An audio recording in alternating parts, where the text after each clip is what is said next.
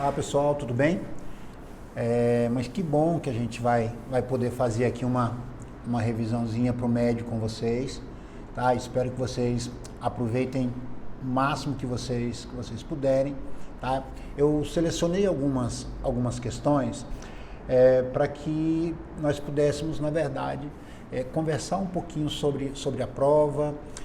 Eu não me preocupei se a questão era fácil ou difícil. Eu me preocupei com a abrangência que nós íamos dar a cada questão e o tanto que eu poderia explanar para vocês, tá? Eu não poderia, né, começar a aula diferente de como sempre eu faço com vocês, né? A questão das atualidades, elas são muito importantes, muito, gente. Eu queria muito que vocês estivessem focados nisso, né? O ruim desse tipo de aula aqui é que eu não posso conversar com vocês como eu faço sempre, né? De poder ilustrar para vocês o que eu quero, botar a questão do dia a dia. Então, as minhas apostas da questão de atualidades é o que eu fiz com vocês o ano inteiro. Para o Enem, fundamentalmente, né? Vocês vão casar algumas disciplinas. Eu tenho uma certeza que se nós tivermos coronavírus na prova, se tiver o tema do coronavírus, no nosso caso, ela vai ser uma relação social, tá? A questão de doença, do vírus, vai cair na prova de biologia. No nosso caso, ela vai cair, entendeu? Falando de uma doença geográfica, lembra que eu disse para vocês, um caminho geográfico que ela percorreu, né? Lembra, o início, Wuhan na China, e aí essa doença veio do leste para o oeste, ultrapassou as barreiras, né? Saiu da Ásia, entrou na Europa, da Europa veio para a América, sempre acompanhando geograficamente aquele circuito que eu disse a vocês. E aí na América ela desce, ela vem para o espaço do sul, pega a América Latina, América do Sul. E essa linha da geografia, ela é importante para a gente poder entender as graves consequências e como nós, no mundo, né, independente até de ser desenvolvido ou não, tardiamente nós não deixamos de tomar posições e que obviamente nos traz uma série de consequências ainda hoje, né? Então, o primeiro foco que eu queria que vocês dessem era da geografia das doenças. Então, é uma doença que tem um caminho geográfico e que a gente acompanhou isso com vocês. O segundo ponto, que é estranho, né? Eu acho que quase todo mundo se pergunta isso, né? Pelo menos vocês que são mais antenados e que estudam. Por que a doença não devastou a África? Porque é o que nós mais esperávamos, né? Então, assim, a doença ela nasce na Ásia, entendeu? Percorre todos os países ricos e quando chegasse na África ia ser uma destruição. Alguns fatos são importantes de vocês se lembrarem. Por que a África não foi tão afetada? Primeiro, expectativa de vida. Nós estamos conversando sobre uma doença que afeta drasticamente as pessoas que estão acima de 55 anos de idade, né? As pessoas que têm comorbidades. No caso da África, a expectativa de vida é baixa. Muitos países sequer chegam à expectativa de vida de 55 anos. Entenderam? Então, a África tem todo um contexto de pobreza, mas você percebe que esse ponto foi interessante. A África não é um ambiente de circulação de pessoas. Enquanto a doença ela foi transmitida por quem viajava, o continente africano foi menos afetado por essa relação. Entenderam? Então, a dificuldade inicial de entender por que a África não foi tão afetada, cabe nesse contexto que eu estou dizendo aqui para vocês. Do ponto de vista econômico, óbvio, nós estamos tendo aí uma tragédia anual que é até menor do que aquela que se esperava, bastante inferior até, inclusive no Brasil, né?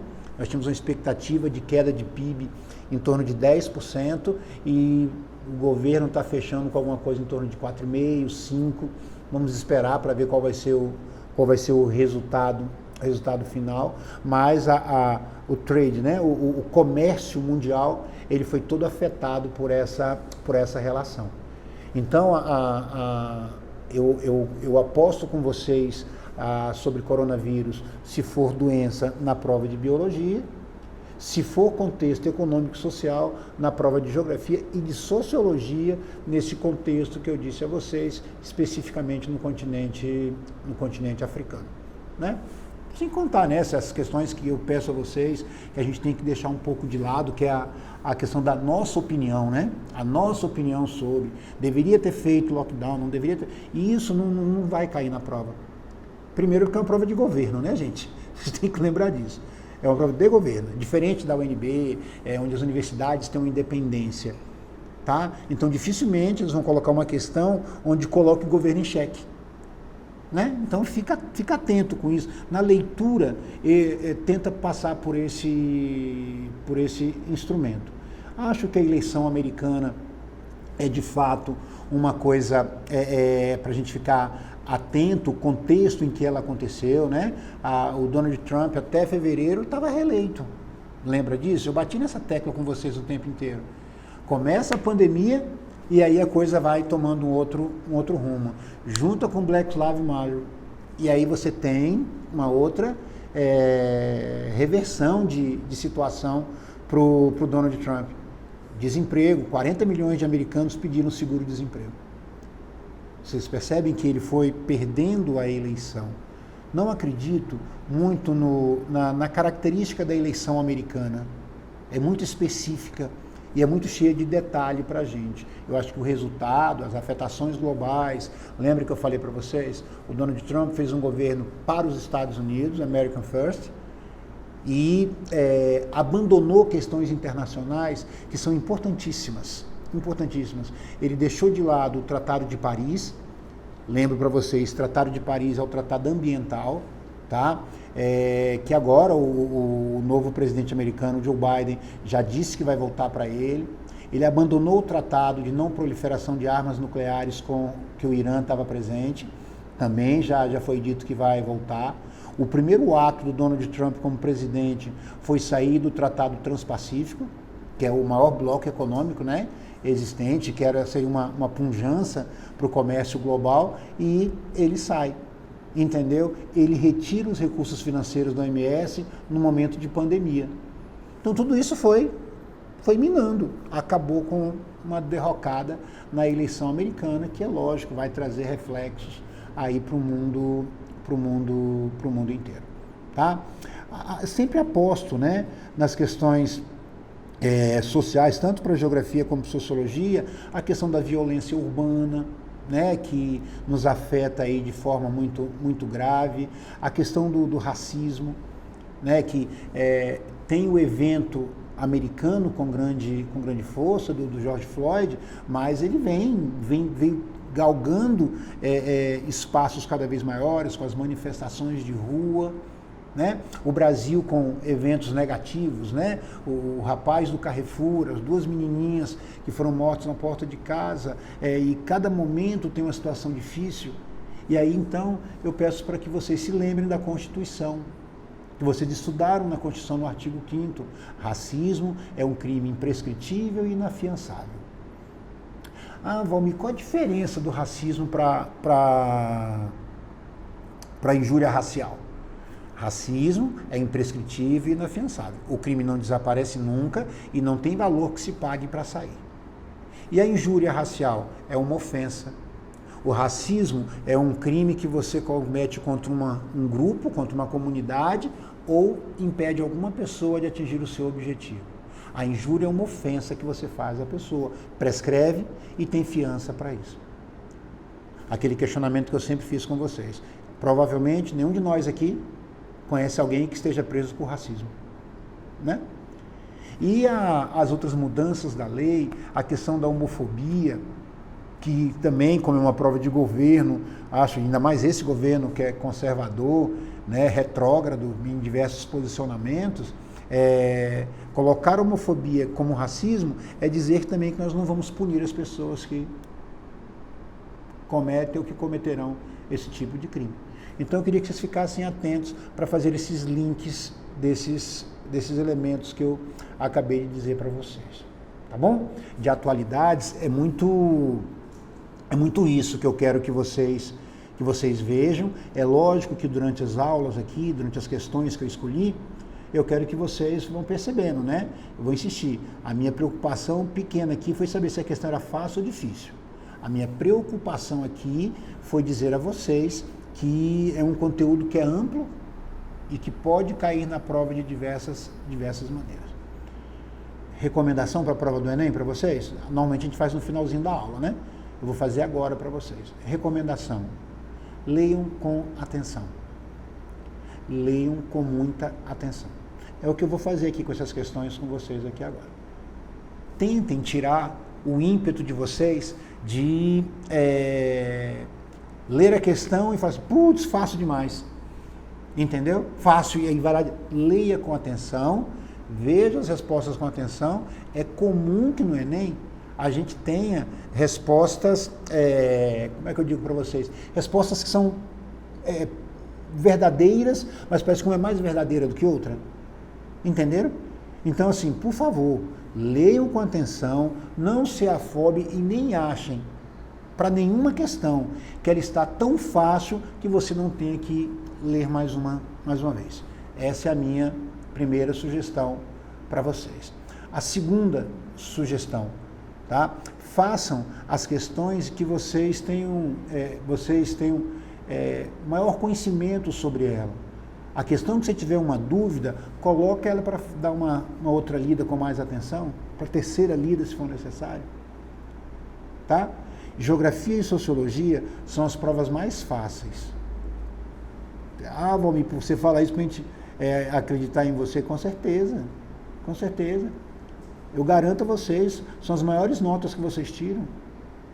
Justamente porque a nossa possibilidade de questões está sempre muito no nosso alcance. Entendeu? Então, assim, ler bem a prova, ter um cuidado na hora de marcar, tudo isso é parte dessa tranquilidade que eu quero que vocês tenham. Acho que é uma coisa que eu falo sempre para os nossos alunos, mesmo nesse ano de dificuldades, né? Onde nós não tivemos presentes. Vocês são super preparados. Eu acho que os alunos do ideal são preparados, sabe?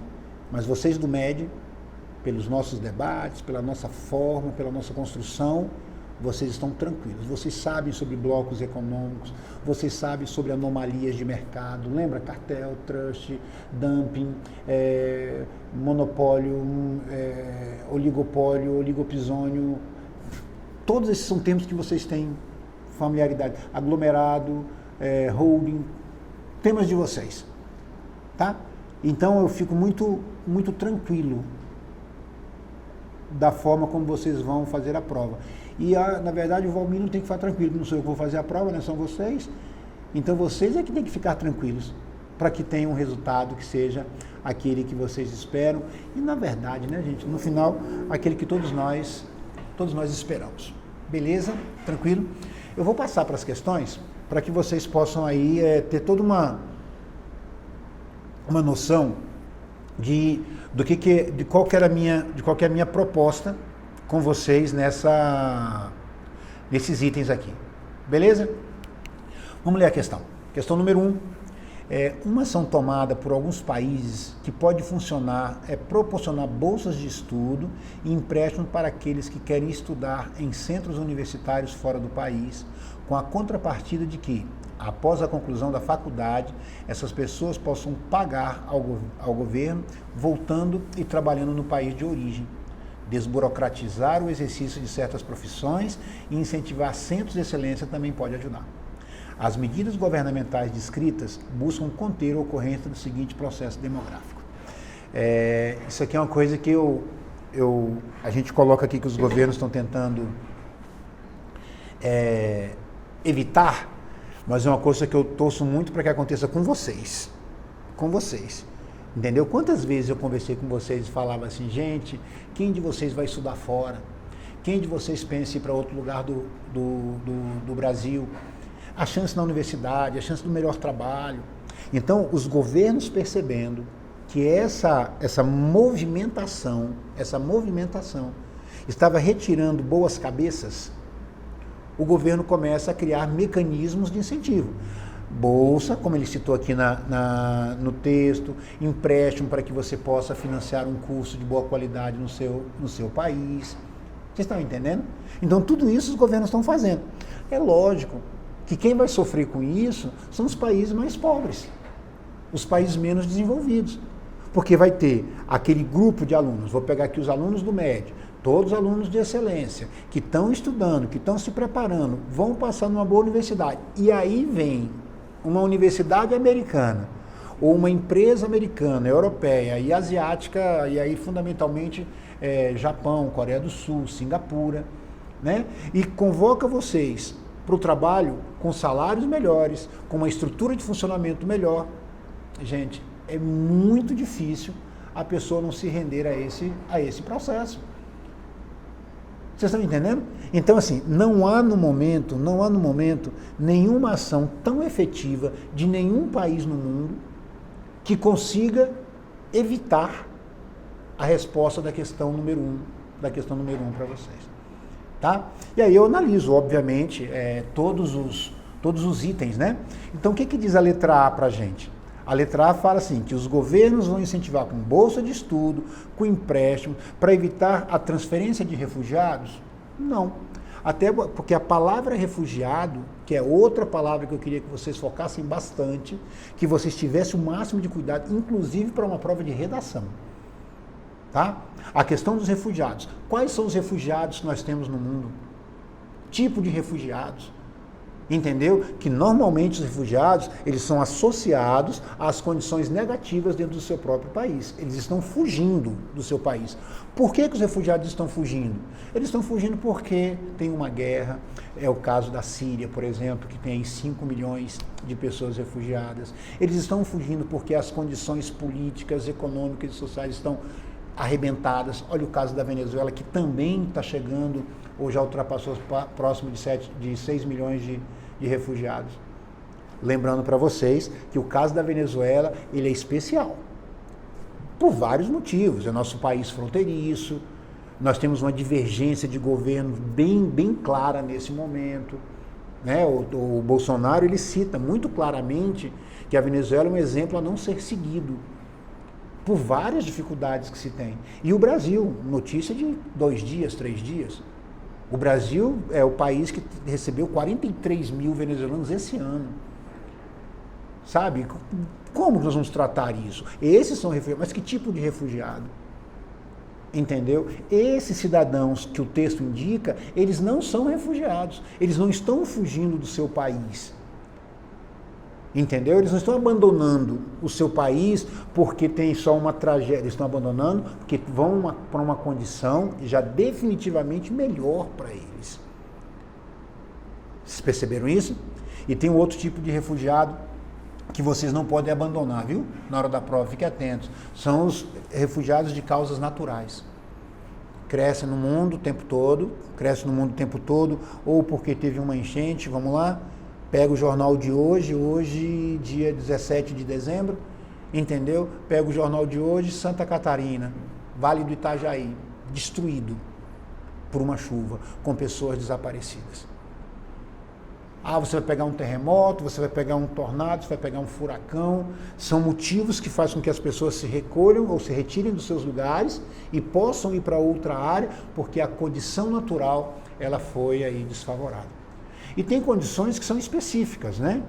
Tem lugares que são específicos para isso. A Ásia de monções. Quantas vezes eu falei com você sobre a Ásia de monções? Lugar do mundo que mais chove. Entendeu? Chove. Quanto, Valmir, que chove? 11 mil milímetros por ano. Meu Deus do céu. Isso é muito, Valmir. Eu sempre faço comparação com o Brasil. Né? Lugar que mais chove no Brasil, região amazônica. 2 mil milímetros anuais. 2 mil. Isso média. Lá, 11 mil. Deu uma ideia? A gente tem uma brincadeira que diz assim, na região amazônica tem 2 tipos climáticos. Um que chove todo dia, outro que chove o dia todo. E lá chove 11 mil. Só que ao invés de chover 11 mil no ano, distribuídos, não, são 11 mil em 6 meses. Os outros 6 meses, vão me seca. E aí eu tenho uma série de tragédias que acontecem naquela região, que é a Índia, né, o sul da Ásia, na verdade, que vão ser afetadas por essa condição. Vocês perceberam que o texto, ele não se encaixa para refugiados? Não se encaixa. e vou lembrar para vocês que sempre gostaram de participar de Acnu, aqui um parceiraço meu, Israel, que está sempre participando de Sinus, né, Israel? Acnu, que é o Alto Comissariado das Nações Unidas para Refugiados. Entendeu? Então, esses termos têm que estar na cabeça de vocês. Entendeu? Vocês não podem abrir mão deles. E eles vão cobrar na prova da gente. Esse texto não se encaixa com refugiados. Mas não se encaixa mesmo. Tá bom? Então a letra A descartamos. O que eu peço para vocês? Eu aqui estou explicando a questão. Beleza? Eu posso gastar um tempo explicando para vocês. Vocês não, viu? Quando vocês baterem o olho, a cabeça já tem que começar a brilhar com essas ideias aqui. Tranquilo? Letra B, deslocamento sazonal. Tem um nomezinho que eu queria que vocês se lembrassem. Nome chatinho de lembrar, transumância. Transumância. O que é transumância? É sazonalidade. Sazonalidade são deslocamentos periódicos. Periódicos. Eles vão acontecer em períodos específicos. É o caso que eu falei agora, por exemplo, das chuvas excessivas lá no sul e sudeste da Ásia. É o caso do gelo, do frio intenso nas montanhas europeias, entendeu? Caso do Brasil, aqui nós temos o Pantanal Mato-Grossense, que esse ano foi motivo de muita discussão, de muito debate. Expliquei para vocês diversas vezes, o Pantanal Mato-Grossense já vem queimando há décadas. Há décadas. Como assim, Valmir? A gente viu agora queimando? Não, nós preparamos o Pantanal para ser queimado ao longo do tempo. Cara, como assim, Valmir, você está dizendo isso? Desmatamos, tiramos vegetação. Vocês sabem que lá é uma vegetação complexa, né? Eu tenho basicamente todos os tipos de vegetação naquela região. E aí começamos a desmatar para plantar soja, começamos a desmatar para plantar cana, para plantar algodão, e aí fomos desmatando, vai alterando o comportamento. Já não chove mais como chovia antigamente. Se não chove, não enche o rio Paraguai. Se não enche o rio Paraguai, não tem inundação. E se não tem inundação, não tem Pantanal, minha gente. E aí quando vem o fogo destrói. Só que o fogo que você está vendo, ele é totalmente negativo. Totalmente. Mas tem um fogo que você não está enxergando. Esse é o que é o mais nefasto. Como assim, Valmir? Que fogo que você está falando agora para a gente? Não, cara, é o fogo que está pegando abaixo do solo. É um fogo que está pegando ali nas raízes, que está desaparecendo com a vegetação. Porque quando queima cerrado, quando queima por cima, você sabe, queimou, vem a primeira chuva, nasce. Lá não, nós estamos destruindo a vegetação que está por baixo. Lá no Pantanal Mato-Grossense, nós estamos vendo essa situação negativa e reflete diretamente na população. Movimento sazonal. As cheias do Rio Paraguai faz com que a população se desloque para as partes mais altas. E aí depois, quando passa a cheia, ele volta para o lugar dele. Não se encaixa no texto que nós colocamos aqui. Não tem bolsa de estudo para essa condição, lembra? Não tem. Movimento pendular. Casa, trabalho, trabalho, casa, casa, trabalho, trabalho, casa. Entendeu? Movimento diário, movimento urbano. Quem é que faz isso? O Valmir faz, cara. O Valmir mora na Vicente Pires, vem trabalhar todo dia no Jardim Botânico. É de casa para o trabalho, do trabalho para casa. Eu encho o Jardim Botânico durante o dia e esvazio durante a noite. Entenderam bem? Só que eu vou pegar para vocês o exemplo grande, né, cara? Exemplo grande. Qual que é o exemplo grande que nós temos aqui? Brasília. População de Brasília. População de Brasília, meu Deus do céu. Ah, Valmir, eu li que a população de Brasília está em mais de 3 milhões de pessoas. Gente, não confundam, por favor. Não confundam, por favor. 3 milhões é Distrito Federal, não é Brasília. Fechado? População de Brasília, 400 mil habitantes. Durante a noite. O rapaz que está filmando comigo aqui até assustou agora quando eu falei isso. 400 mil durante a noite, e durante o dia, 1 milhão e 100. Como assim, Valmir? Cara, todo mundo que sai. Pega o trânsito de manhã. Quantas pessoas vêm trabalhar em Brasília? Valparaíso, Taguatinga, Ceilândia, Parará, junta todo mundo ali. Aquela população superlota Brasília, comprometendo o trânsito, comprometendo a educação, saúde, parará. Tem bolsa de estudo nisso aqui? Tem empréstimo para isso? Não tem, velho. Fuga de cérebros, agora sim, chegamos na resposta. Né? Fuga de cérebros, grifem. A resposta é grifem, não esqueçam disso.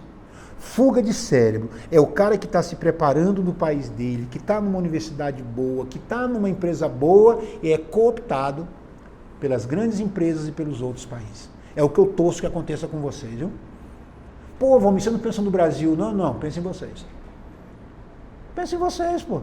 Sabe por quê? Porque o Brasil não quer dar retorno por tudo que nós estamos vivendo. Não só por causa desse governo ruim que está aí, não. É por causa de tudo que a gente já viveu. Entenderam? Então, fuga de cérebros. Os países estão fundamentalmente Índia, China, Brasil, alguns países asiáticos, poucos africanos, mas que estão vivendo essa dura realidade. Sai do país, vai para outro país e ali o cara vai tocar a vida dele com grana, com recursos, com boas universidades. Beleza? Essa é a resposta. Valmir, tem como evitar? Fazendo isso que o texto pede. Por isso que o texto é bem simplório. Entenderam bem? E o fluxo de retorno. O fluxo de retorno é a mesma coisa que deslocamento sazonal. O fluxo de retorno é você sai de um lugar para outro, o movimento sazonal de transumância tem que ter saída e tem que ter retorno. O meu pai saiu da Bahia e veio trabalhar aqui em Brasília, nunca mais voltou para a Bahia, só para passear. Meu pai fez deslocamento sazonal? Não. Meu pai veio e ficou. Entendeu? Fluxo de retorno é o cara que vem e volta, vem e volta, vem e volta. Isso não é parte desse processo. Tá, beleza? Essa questão é fácil. Fácil, mas eu vou dizer para vocês uma coisa. Vocês perceberam? Eu devo ter gasto aqui uns 15 minutos para explicar para vocês uma questão fácil. Por quê? Porque eu falei de vários temas aqui para vocês. Vários temas. Entendeu? Falei muito de população, falei muito de geopolítica, falei muito de economia, falei de meio ambiente para vocês, para que vocês entendessem a importância de analisar uma questão desse porte aqui. Beleza? Beleza? Vamos para a próxima. Sabe que eu falo beleza aqui? Eu fico esperando vocês comentarem alguma coisa. Como vocês sempre comentam, e hoje eu não tenho, fiquei no vácuo. Deixa eu ir para a próxima questão. Gente, a próxima questão é uma questão que a gente chama de bonita. Uma questão linda, entendeu? Que me dá também uma possibilidade muito, muito boa de conversar com vocês sobre esse tema e sobre diversos temas aqui existentes. Tá? Esse mapa aqui é um mapa simplório. É um mapa de parte do Oriente Médio, né? Parte do Oriente Médio. Uma região que vocês conhecem como barril de pólvora, pronto para explodir. O Oriente Médio, ele vai ser motivo de conflitos de diversas ordens. Se vocês quiserem tratar da ordem econômica, se vocês quiserem tratar da ordem política, se vocês quiserem tratar da ordem bélica, da questão da água, da questão religiosa, da questão territorial. Olha, eu tenho um monte de coisa que eu posso conversar com vocês sobre o Oriente Médio. Tá bom? O que eu acho que as provas do Enem, que eu acho que esse ano vai ser uma prova mais simples do ponto de vista da construção dela, em função da pandemia. Vou lembrar para vocês que, infelizmente, é uma injustiça social. Por isso eu achava que a prova deveria ser adiada mais para frente, para que os alunos de escolas públicas pudessem competir em maior igualdade com vocês, entendeu? Mas não vai ser assim, tá? O Oriente Médio, ele as questões do Oriente Médio, eles vão tratar de uma questão religiosa que não está nessa questão para vocês, mas que eu vou lembrar a vocês. Como eu acho que ela vai ser simples, ela não vai ultrapassar as discussões, como é que eu digo para vocês, simplórias do dia a dia sobre religião. O que é simplório no Oriente Médio? Nada. Mas o que eu posso tornar mais simples para vocês? A questão religiosa vai se tratar de islamismo. E o islamismo na sua divisão mais simplória possível, que é a divisão entre xiitas e sunitas. Alguns termos que são importantes para vocês. Tá? O islamismo é dividido em dois grandes grupos, os sunitas e os xiitas. Os sunitas são a maioria. Tá certo? Os xiitas, obviamente, eles vão ser a minoria, mas eu aposto numa questão na prova com vocês. Eles vão perguntar na prova para vocês quais são os países que têm a maioria da população xiita. E aí é fácil. 2 países vão se destacar nesse cenário. O Irã, que tem 95% da população xiita, e o Iraque, que tem cerca de 56% da população xiita. Os outros países, de forma geral, têm uma população sunita maior. Cuidado com a expressão. O que eu e você ouvimos todo dia a mídia falar? Todo dia. Que os xiitas são radicais. Que os xiitas são radicais. Que os xiitas são radicais. Eu queria que vocês esquecessem isso. Eles são radicais porque eles seguem o Corão à risca. Entenderam bem? O livro sagrado dos islâmicos. Eles levam à risca o livro sagrado deles. E os sunitas? Eles seguem um livro mais brando, chamado de Sunna. Daí o nome sunita. Vocês entenderam bem? Eu nem gosto muito dessa expressão, porque ela é delicada, mas a Sunna, ela é um livro em que o cara também segue com bastante profundidade, só que ele é menos arraigado do que o xiita. Aí as perguntas simples de prova. Estado Islâmico, todo mundo fala que é xiita. Não é, ele é sunita. Saddam Hussein, que era um ditador do Iraque, sunita. Boko Haram, que não é Oriente Médio, é Nigéria, lembra? Grupo terrorista da Nigéria, sunita. Vocês estão percebendo que os grupos sunitas são os que provocam maior medo à sociedade global e àquela população? Então, por favor, a maioria da população islâmica é sunita. Os grupos mais radicais são sunitas. Tá certo? 2 países de maioria xiita, Iraque e Irã. Beleza, pessoal? Eu queria muito que quando vocês fossem assistir essa aula, vocês ficassem, assim, fossem dormir e colocassem no ouvido de vocês, ó, isso, sunita, xiita, sunita, xiita. Entenderam? E comum na região a gente pensar que todo árabe é islâmico, não é? Não é? Eu tenho outras religiões existentes ali dentro, já disse para vocês na Síria. Na Síria, a maior parte da população, a que domina o país, entendeu? Que são sunitas, não estão no poder. Quem está no poder é o Bashar al-Assad, lembra? Ele é um alauíta. Eita, Valmir, agora você complicou de vez. Alauíta é uma vertente do xiismo. Então eu preciso, até porque eu falo com mais tranquilidade, porque eu já disse isso a vocês. Sabe? Essa parte religiosa. E é lógico, né, gente? Vocês têm que ficar atentos sempre com Israel, que é uma população judaica. Eu tenho, dentro do Oriente Médio, judeus, eu tenho católicos, eu tenho islâmicos, eu tenho diversas divisões dessas religiões. Tá certo? Tá tranquilo? Quero que vocês se atentem à origem. A origem.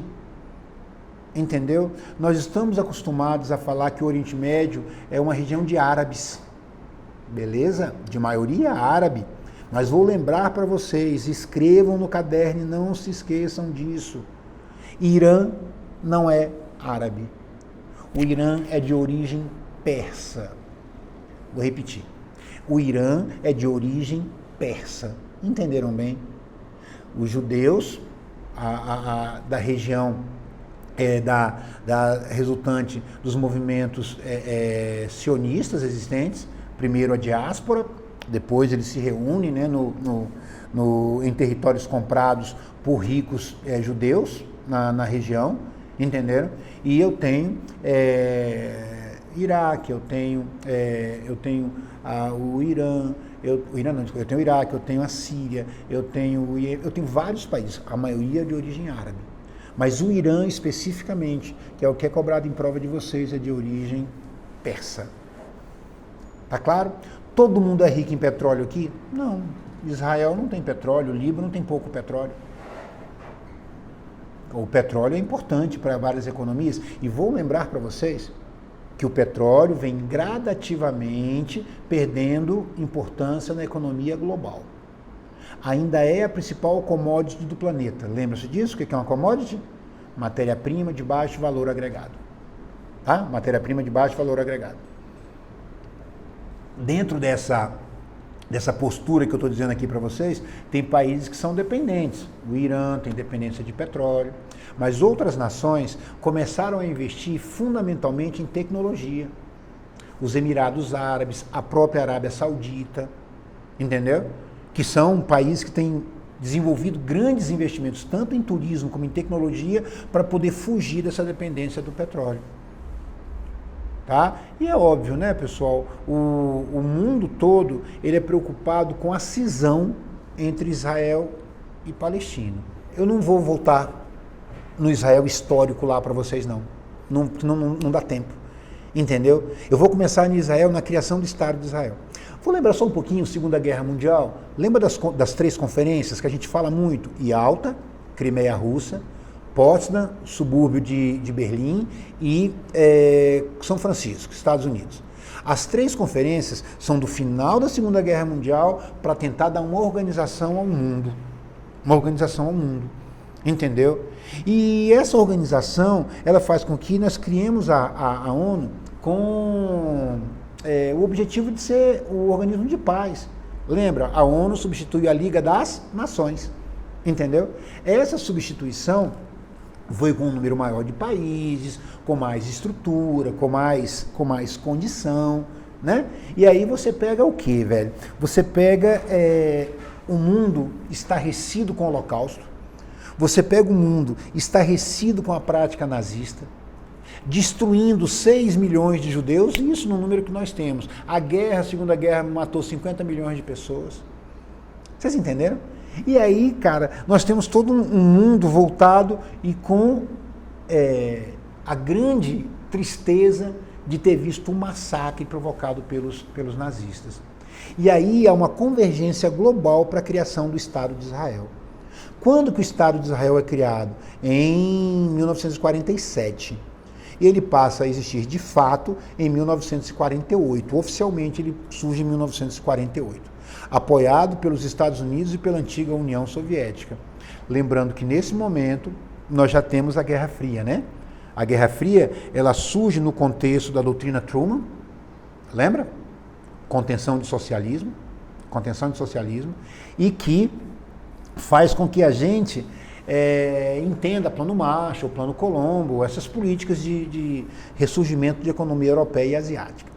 E Israel vai surgir nesse contexto, entendeu? Já nasce uma superpotência pela riqueza dos judeus. Vocês sabem que muitos dizem na história que a construção dos Estados Unidos é uma construção com dinheiro judeu. Judeus que se espalharam depois pela antiga União Soviética, no final do século XIX, e que passaram a comprar territórios nessa região. Entenderam? E a criação do Estado de Israel, ela foi mesmo apoiada pela ONU e pelos Estados Unidos e pela União Soviética, entendeu? Ele provocou uma grande cisão no Oriente Médio, porque o território existente era o território palestino. 25 mil quilômetros quadrados de território palestino. Entendeu? E aí uma divisão. Quando você pensa em divisão, matematicamente, você pensa em divisão. Olha, se eu tenho 25 mil, 12.500 para cada um. E não foi isso que aconteceu. Israel ficou com 14 mil quilômetros quadrados, a Palestina ficou com 11 mil, fragilizada. Os árabes resolvem reagir contra a criação do Estado de Israel. Cria-se o Estado de Israel, a ONU fica por 6 meses na região, mantendo a distância entre os grupos, e a ONU resolve sair.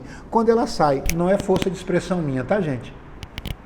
Imediatamente, árabes, Egito, Síria, Líbia, Jordânia, Iraque atacam Israel.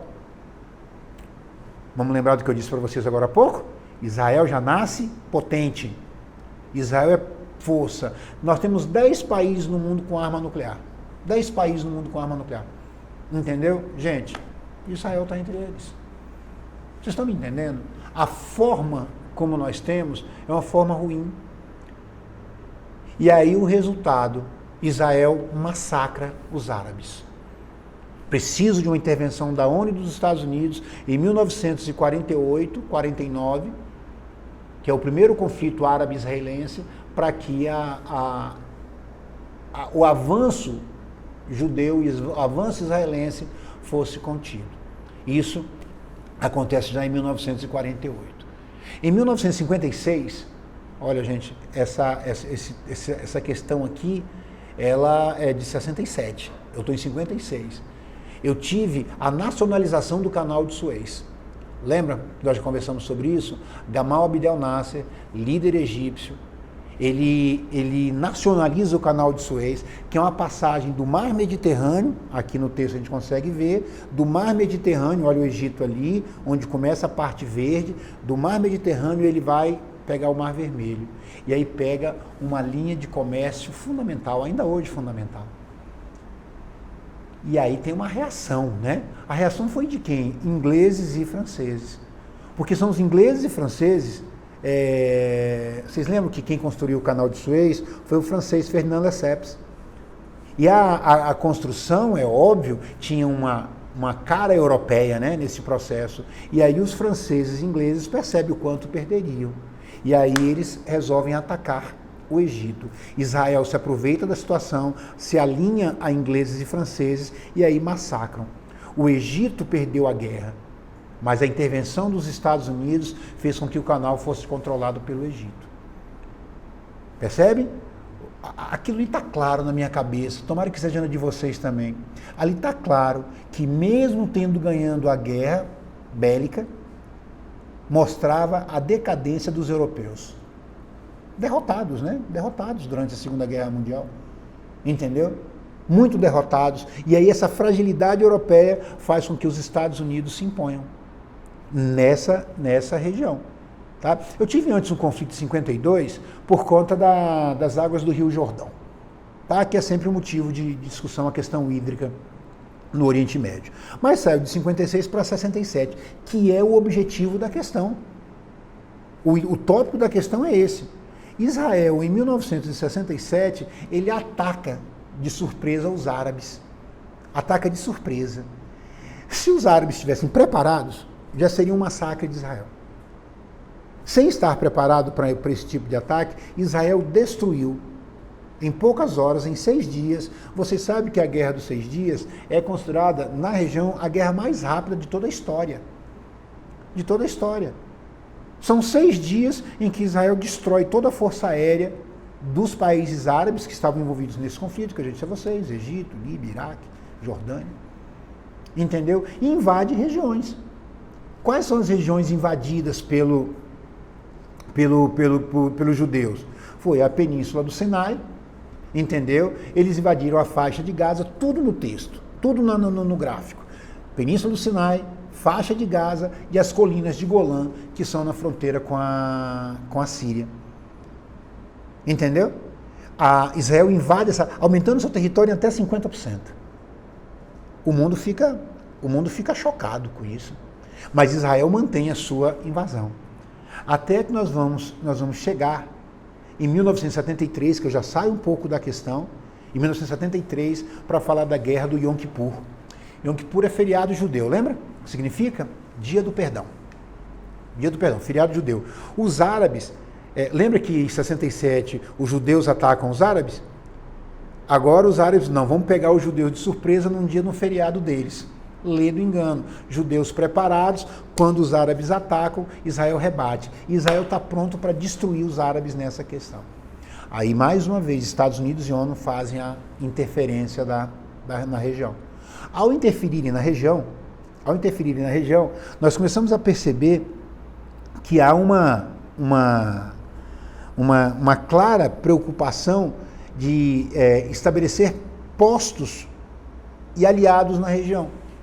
Em 1972, morre Gamal Abdel Nasser, entra no poder Anwar Sadat, que antes o Egito era vinculado à União Soviética e agora, com Anwar Sadat, passa a ser parceiro dos Estados Unidos. E eles expulsam os soviéticos da região, fazendo com que o Egito se alinhe aos Estados Unidos, e aí começa uma grande discussão para devolução de territórios.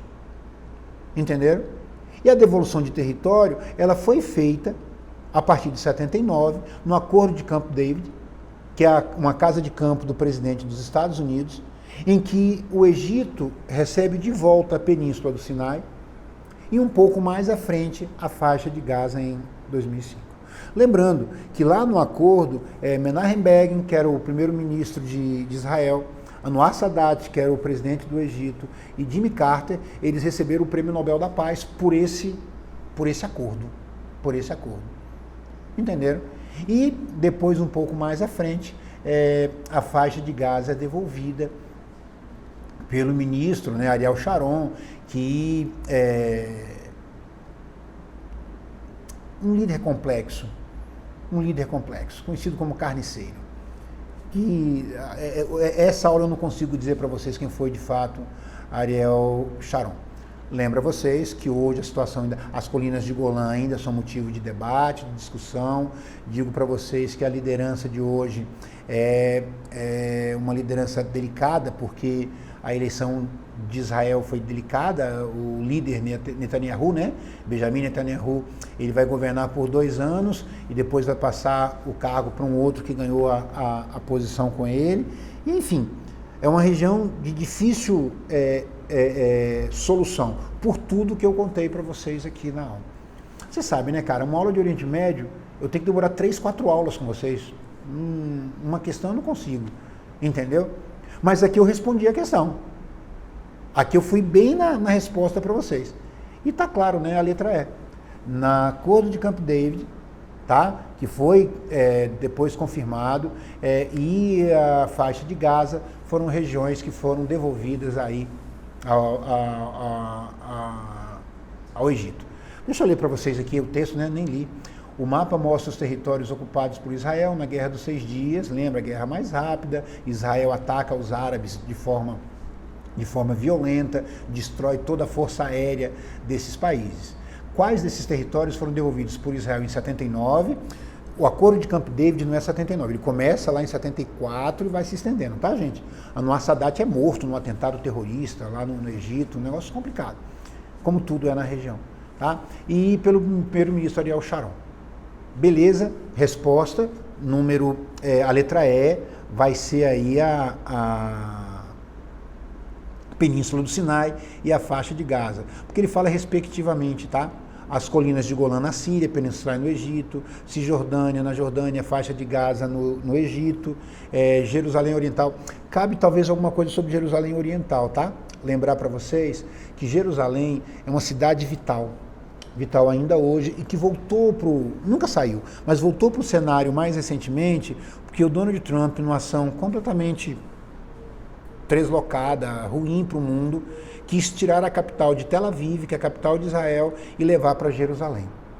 Tá? E aí, cara, obviamente os árabes ficaram indignados com isso, e infelizmente o nosso presidente também quis seguir a mesma linha, e graças a Deus parece que o assunto morreu. Né, morreu aqui no Brasil por essa questão. Mas Jerusalém é uma cidade vital na história da humanidade, é o berço das 3 grandes religiões monoteístas do mundo moderno, eu vou chamar assim: cristianismo, judaísmo e islamismo. As 3 religiões nascem nessa região.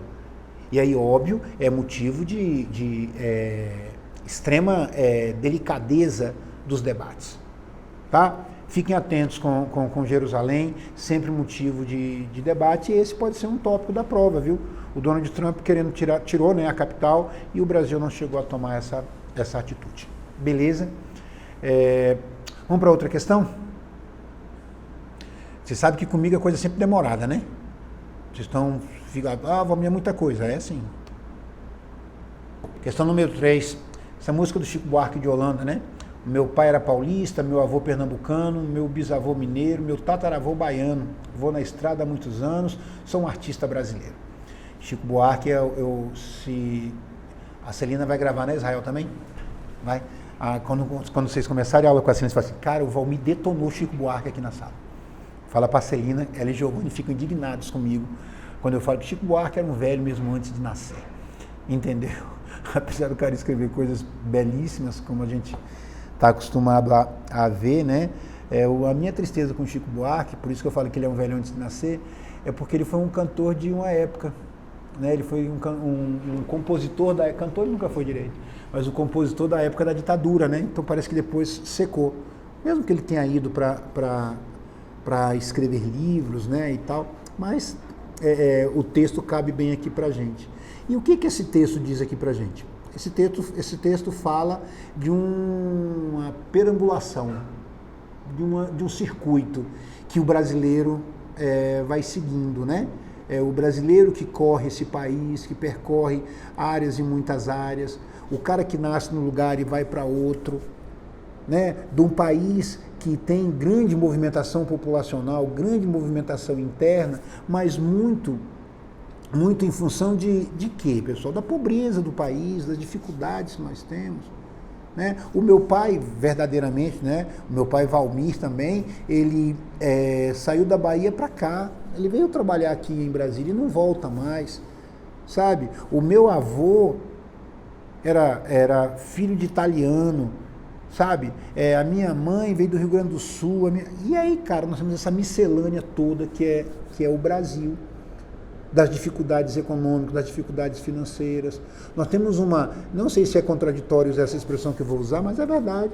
Nós temos essa pluralidade em diversos lugares, o DF é um lugar para isso, né? Nós temos gente de tudo quanto é lugar por aqui, mas São Paulo é o nosso foco para poder demonstrar tudo isso, né? Ao longo da nossa história, nós tivemos vários deslocamentos que eram interessantes. E eu brinco com os alunos, que eu falo bem assim, olha, nós tivemos cerca de 7 deslocamentos importantes. Primeiro nordestino, segundo nordestino, terceiro nordestino, quarto nordestino, quinto nordestino, sexto nordestino, sétimo sulista. 6 vezes os nordestinos estavam se deslocando em massa para tentar fugir das suas dificuldades. E quem falar que é seca, eu dou porrada.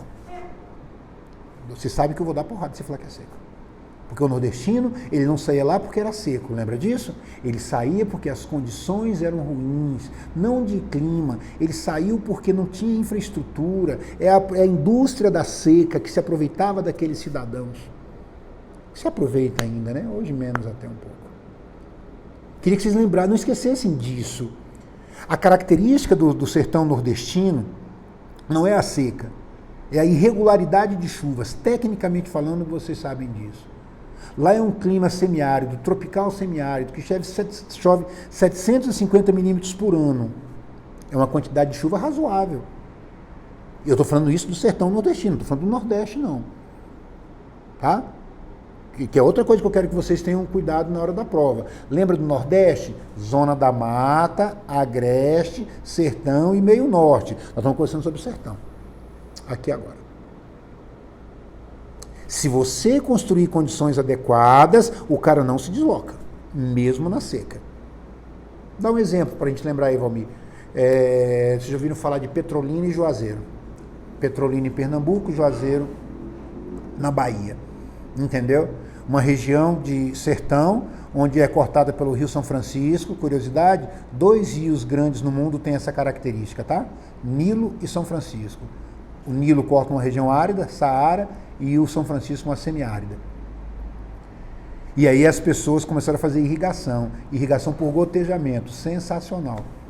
Pode pesquisar aí, na hora que vocês quiserem. Produção de melão no Brasil, Petrolina. Manga, Petrolina. Uva.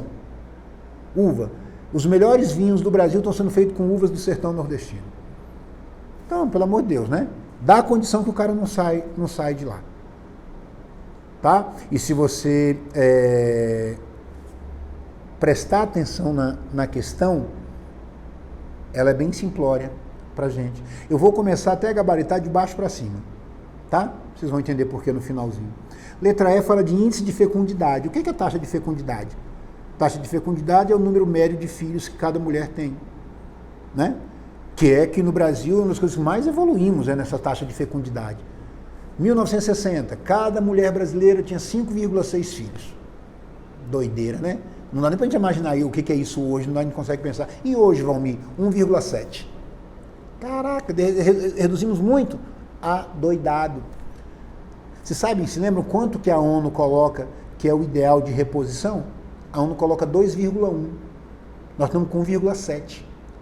Comparativamente, a nossa ainda é alto, mas estamos aquém daquilo que a ONU entende que é para reposição de população. Então, taxa de fecundidade não tem a ver com isso. Lembrando que as taxas de fecundidade tendem a cair, porque nós temos melhor nível de informação, o uso de métodos contraceptivos, a mulher no mercado de trabalho. Se nós tivéssemos com um governo menos... como é que eu posso falar para vocês? Intervencionista, eu vou chamar assim, nós podíamos apostar nesse tema do avanço da mulher no mercado de trabalho como um tema de redação e como uma questão de prova, viu? Esse é um tema importantíssimo, o lugar de fala que nós estamos buscando. Eu sempre disse para vocês que todo mundo tem que ter o seu lugar de fala, mas tem momentos de protagonismo. O protagonismo do negro, no caso do George Floyd, o protagonismo da mulher, para esse tema que eu estou colocando para vocês aqui agora. Tá? Então fiquem atentos com essa perspectiva, essa possibilidade desses temas. Beleza? Taxa de mortalidade. Matematicamente falando, taxa de mortalidade você pega o número de mortos ao ano, multiplica por 1000 e divide pela população absoluta. Isso é matemática, entendeu? Por que a nossa taxa de mortalidade caiu bastante? 0,5% hoje. Ela cai bastante porque nós temos, mesmo com toda a dificuldade, melhor condição de vida da população brasileira. Nós temos mais infraestrutura, nós temos mais água encanada, mesmo que a situação não esteja boa. Tá? Você imagina quando tiver. Se nós tivéssemos governos, aí não é esse agora só, ao longo da nossa história, que tivessem possibilitado isso. As taxas de mortalidade reduziram porque a infraestrutura melhorou, a urbanização aumentou de forma bastante significativa. Né? Nós estamos envelhecendo, que é uma coisa também delicada, é um próximo tópico aqui em cima, expectativa de vida. Entendeu? Pessoal, eu acabei de falar para vocês por que a pandemia da Covid não afetou tanto o continente africano. Porque a expectativa de vida é baixa. Um dos motivos. Tá? No nosso caso, nós estamos evoluindo rapidamente. Nós estamos chegando a 78 anos de expectativa de vida. Tá? As mulheres 81, 82, os homens 73, 74 aproximadamente. Entendeu? E nós estamos aí, cara, melhorando essa condição, aumentando a expectativa de vida do povo brasileiro. Se vocês prestarem atenção, nenhum desses 3 elementos tem a ver com o meu pai ser paulista, meu avô ser pernambucano, ou minha avó ser mineira, ou qualquer coisa dessa natureza. Entendeu? Tampouco com população relativa. O que é população relativa? É o número de habitantes por quilômetro quadrado. É o índice que também eu vejo mais como um foco matemático, sabe? Eu não consigo ver tanta importância assim para o foco de discussão econômica, essas coisas todas. Né? Qual que é a densidade demográfica do Brasil? A população relativa, 25 habitantes por quilômetro quadrado. E a do Canadá? A do Canadá, 2. E a de Mônaco, ricaço, todo mundo ricaço, né? Mônaco, 16 mil. Vocês estão vendo que são elementos diferentes que nós precisamos entender como funciona? Então aqui não tem a ver com população relativa, tem a ver com movimentação interna da população. É o meu pai que veio para Brasília trabalhar, o Valmir que foi dar aula lá em Minas, em Goiânia, vai no Rio. Essa é uma movimentação que nós temos de forma geral. Esse é outro assunto que a gente vai ter problema com ele. E esse cai na prova, viu, gente? É certo que cai na prova isso daqui. Deixa eu ler o texto para vocês. E foi a única questão que eu optei por colocar mais explicações. Particularmente nos dias de inverno, pode ocorrer um rápido resfriamento do solo ou um rápido aquecimento das camadas atmosféricas superiores. O ar quente fica por cima das camadas de ar frio, passando a funcionar como um bloqueio, o que impede a formação de correntes de ar. Dessa forma, o ar frio próximo ao solo não sobe, porque é o mais denso, e o ar quente que lhe está por cima não desce, porque é menos denso. Nas grandes cidades, esses fenômenos tendem a se agravar, uma vez que a expressiva concentração de indústrias e automóveis intensifica o lançamento de poluentes e material particulado na atmosfera, o que torna o ar mais impuro e, por conseguinte, contribui para o aumento de casos de irritação nos olhos e doenças respiratórias. Bom, essa questão aqui eu trato como uma questão fácil também. Entendeu? Aposto nesse tema, poluição. De forma geral, eu optei por poluição atmosférica. Tá claro para vocês isso daqui? Eu optei por poluição atmosférica. Então, o texto vem para a gente aqui e fala assim, olha, esse texto vocês matariam com facilidade só na primeira frase, particularmente nos dias de inverno. Desses fenômenos todos que estão aqui, tem um que é especificamente de inverno. Eu vou até para a resposta logo direto para vocês.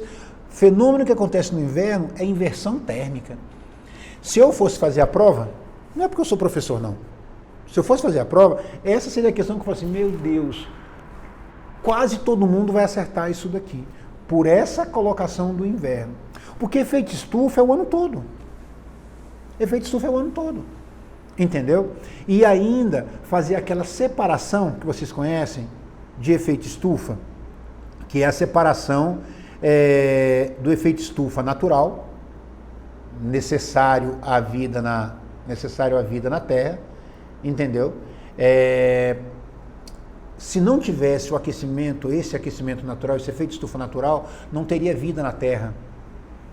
Porque os raios solares passam, batem no chão e voltam. O que segura o calor? A atmosfera. Entendeu? Se você não tivesse essa atmosfera, o calor ia embora. E aí nós seríamos como a Lua. 100 graus durante o dia, 150 durante a noite. 150 negativos. Entenderam bem?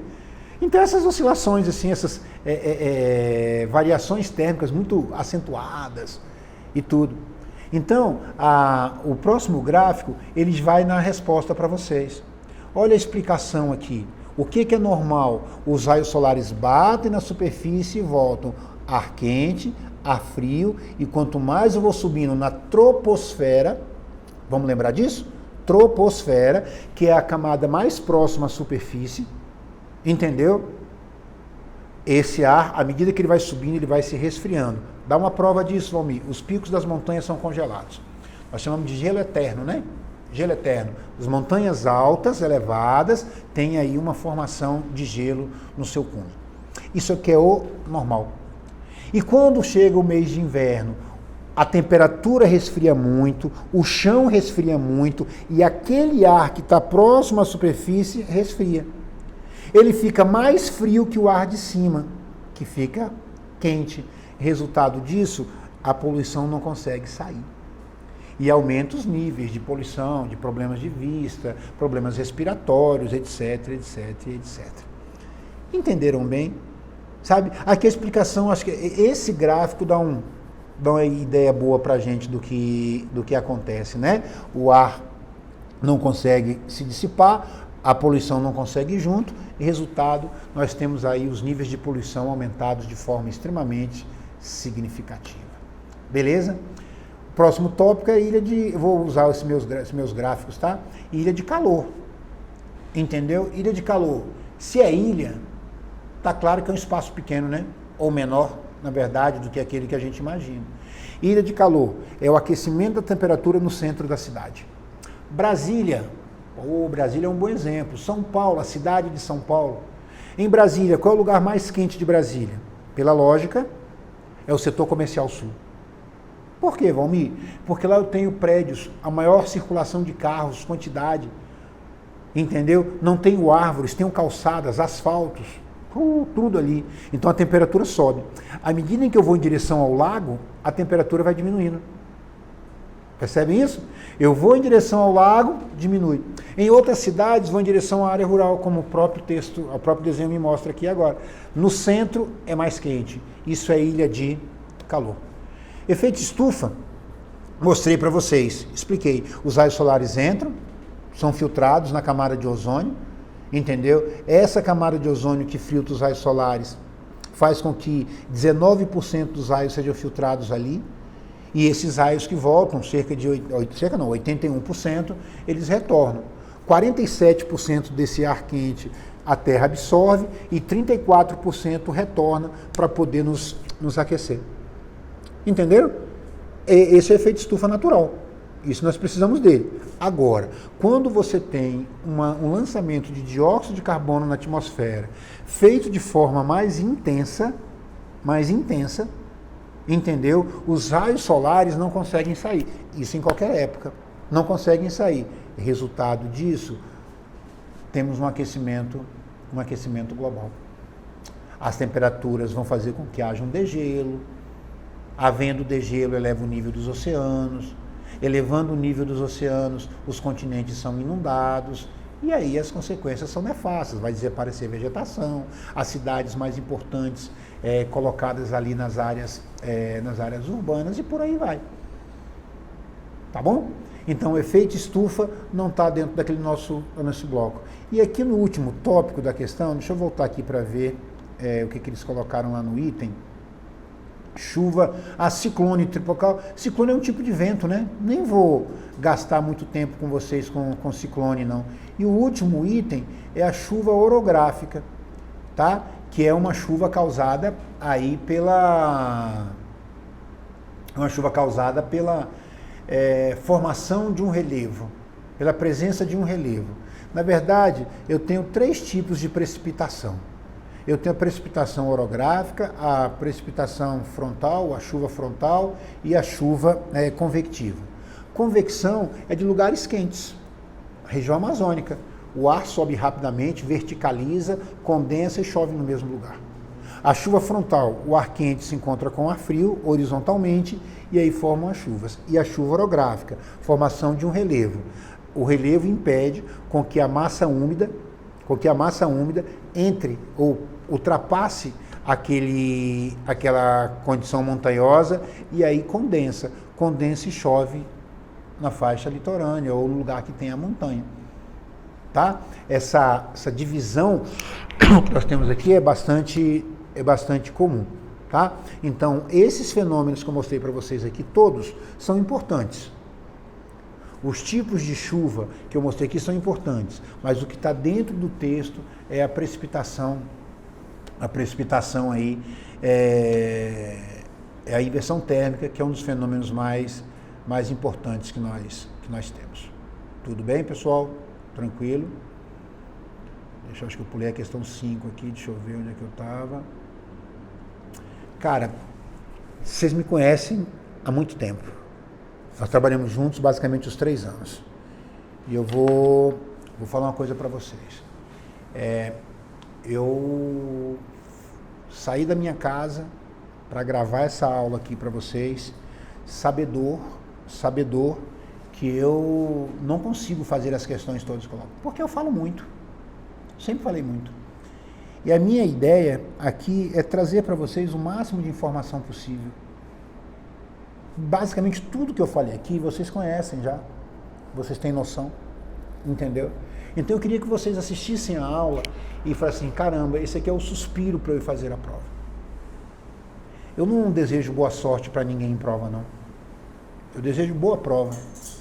Porque sorte é para aqueles que não estão preparados. Entendeu? E mesmo num ano de dificuldade como esse, eu tenho certeza que vocês estão preparados. Eu tenho certeza que quando vocês sentarem para fazer a prova, vocês terão grandes condições de fazer a melhor prova e irem para o curso que vocês querem. Eu estou deixando mais quatro perguntinhas aqui para vocês, todas muito simples, entendeu?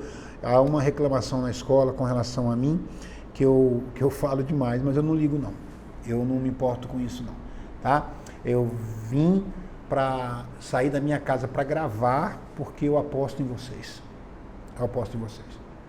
Toda a felicidade do mundo para vocês. Vocês que são do médio, aqueles 15 a 20 alunos que estiveram conosco o ano todo, os nossos debates, as nossas discussões, as nossas conversas, eu vou levar para a minha vida como uma coisa extremamente saudável e espero que vocês levem para a prova e para a vida de vocês como uma coisa saudável também. Um beijo gigantesco, que Deus acompanhe vocês e que a gente tenha toda a sorte do mundo. Eu fico olhando um pouco para baixo, um pouco para a tela, um pouco para vocês aqui na câmera, mas fiquem com Deus. Se divirtam na prova, façam uma prova tranquila. Tá bom? Beijo a todos.